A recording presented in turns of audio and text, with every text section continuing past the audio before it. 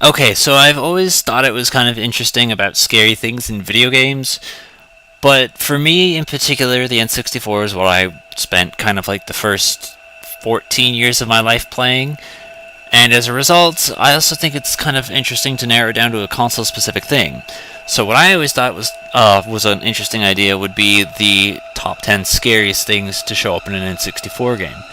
I'm not gonna lie, it was kind of a hard list to make because once I got to like 7, I was like, shit, now I'm kind of grasping. Because I can't think, if I can't understand what makes it scary, I can't put it on there. So some things you might have found scary, I couldn't do because I just can't like describe what about that makes that scary. Now I'm saying this because I did see someone make a top 5 scary N64 things, but he was really terrible at it, and his example was, here's Ghastly because look at it, and I was like, okay, your video shit, and I don't want to be that guy, so we're gonna make this as interesting as possible. The only rule is one spook gets the title per game. So we're not going to have like 3 Ocarina of Time or 3 James Bond or 3 Metroid. It's going to be exclusive to one game. If there's more than one scary thing in it, I will mention it, but only one thing gets the spot on the list. Now, I should probably also clarify, it doesn't have to have debuted on the N64. As long as you can turn on the N64 and then make this a reality, it counts. And the reason I'm saying this is because technically it debuted in the arcade, but this scared me as a child. It's low on the list because you could argue, I shouldn't have been playing it at like such a young age, but it didn't matter. What I do remember scaring me out of, all the violence in Mortal Kombat, there was only one thing, and that was the spike pit on Shao Kahn's lair. Seeing what looked like those little claws just kind of rip you apart with the noise it makes kind of didn't help, nor did the fact that it was Shao Kahn's level. So yeah, that one bothered me, but there's not really too much else to say about it. It's kind of weird that that was the one thing. I just remember it making me really uncomfortable as a kid, and that's about it. I don't really think it's scary anymore, but as a young lad, it sure as shit bothered me. Now this one I didn't technically think was scary, but I do think of it as creepy, which is most of the reason why it makes the list, and that's Tafret from Jet Force Gemini, or Talfret, or whatever the hell you want to call it. Now the reason that it makes it is just because the music's not exactly the most settling thing, nor is the fact that the second you land on the planet, there's a bunch of guys gunning, inching towards your ship. You try and shoot them as much as you want, and they just kind of moan and rare. And they're kind of hard to kill, so unless you use the plasma shotgun or your tri-rockets, which are very limited, you're not going to be doing too much to hurt them. So that's the thing that makes that on the list. It's mostly the first part of it, because once you get to the castle, it becomes less scary, unless you want to count maybe the Scorpion boss, then I suppose.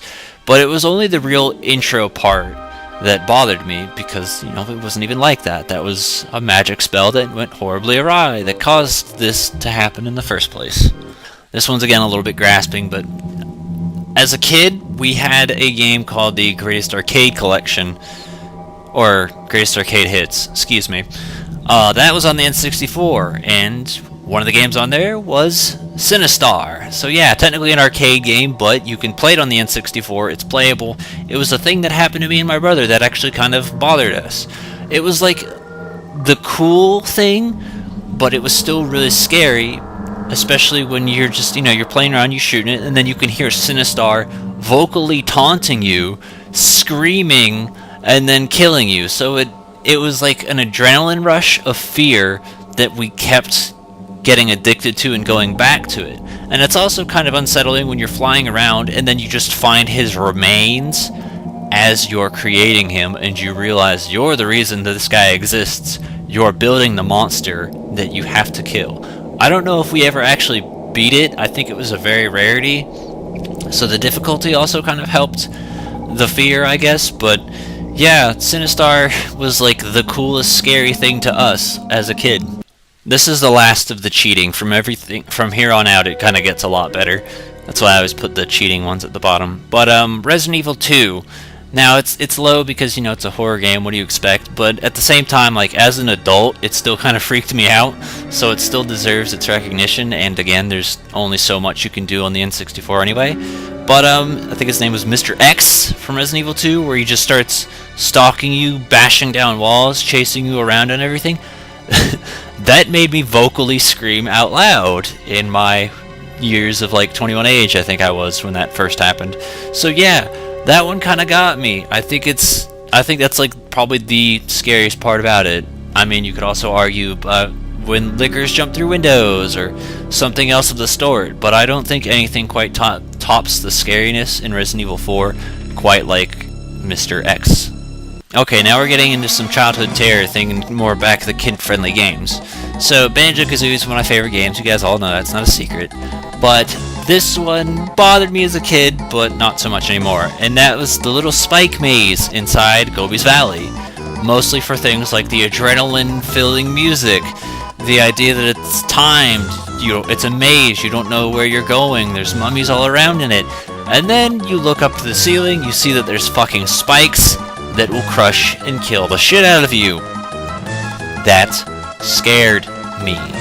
I'm pretty sure I remember it killing me before, and I think right when the timer runs out, you can hear him say, and then you can see the spikes fall, crush, and kill Banjo.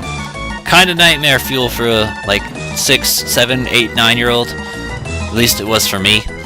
Alright, so now we're getting to the whole multiple categories bit, which is, for me, the one thing that scared me the most in Super Mario 64 was not the killer piano that everyone else would cite, but I will, say, hey, if that scared you, fine. It's just, I don't know what it was, but something about it was like I always knew kind of thing, so it never scared me. It was like, run in, grab this, leave. It might have like put me on edge a bit, but it didn't terrify me.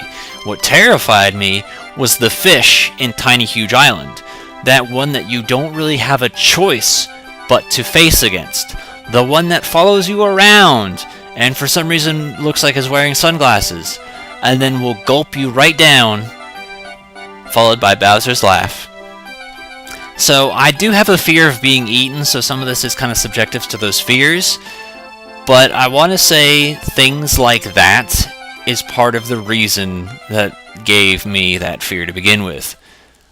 I don't like it. It still makes me uncomfortable today, but at the same time I'm more skilled so I know how to avoid things. But still, big fish, not happy me. This entry was actually the reason that I wanted to make this list, because I remember seeing this when I first played it, and I was like, holy shit! That's fucking horrifying! And it's also great when you see someone else make that exact same reaction their first time playing through the game. And on top of that, the game's really not that popular, so that's more the reason why I wanted to make this list, because this is quite literally one of the most horrifying things you could ever see in an N64 game that no one knows about because no one plays it.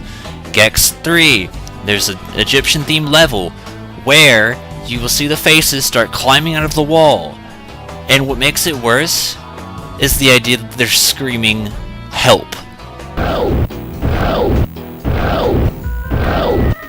If that's not nightmare fuel to a child, I don't know what the fuck is, because that freaked me out as an adult. It didn't make me scream or anything, I was just like, holy shit, that's really horrifying. Now here's another one where multiple answers could be used, but for me, I gotta give it to the Re-Dead. The Re-Dead was the one that scared me the most as a kid in Ocarina of Time, where you're just walking and then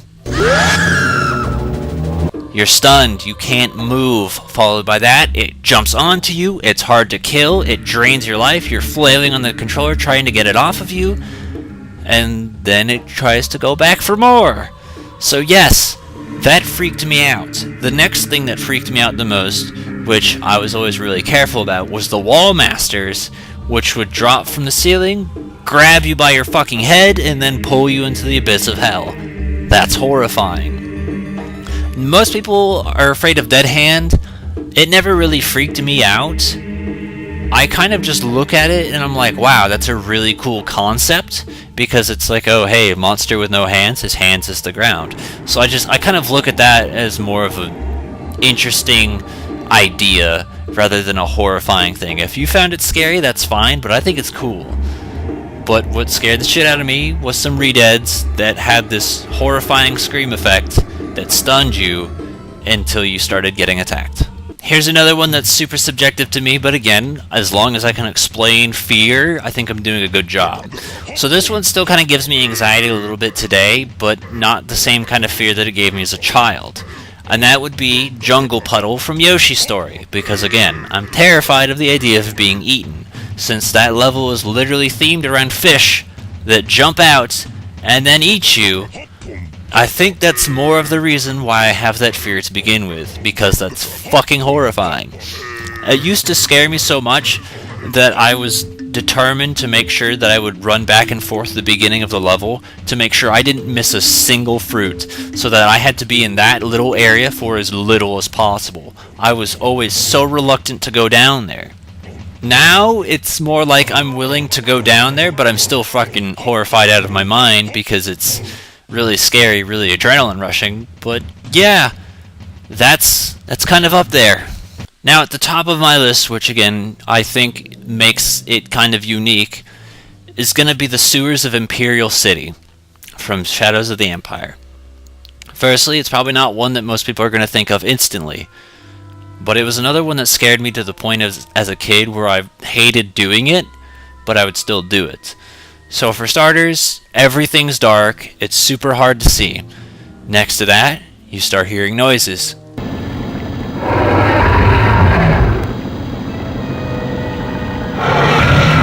You can't see those noises. You can see tentacles breaching out of the water. The music's unsettling. You also have the final boss, which requires you to go into that water as it tries to attack you, and you don't really have any choice but to be backed up into a corner. It's a mouth. It's a fucking tentacle thing. Who knows what the hell it is, but it's goddamn horrifying. That tops my list. Nothing is quite as atmospheric or creepy or horrifying like that area. It's filled with little sneaky tricks and all that, and just overall is the nice setting for everything that would be scary. I think it's a good answer. So, as usual, feel free to let me know your opinions or whatever if you so care. I did it because I thought it would be unique, and because I do apologize again for grasping for at least 3 of those, but I wanted to make this count. I figured it was only fair, but these were some of the things that I really felt the need to share. Anyway, that's JC4R. I will see you guys later with more videos, maybe more tops. Who knows? More LPs, more dog food. See you guys later.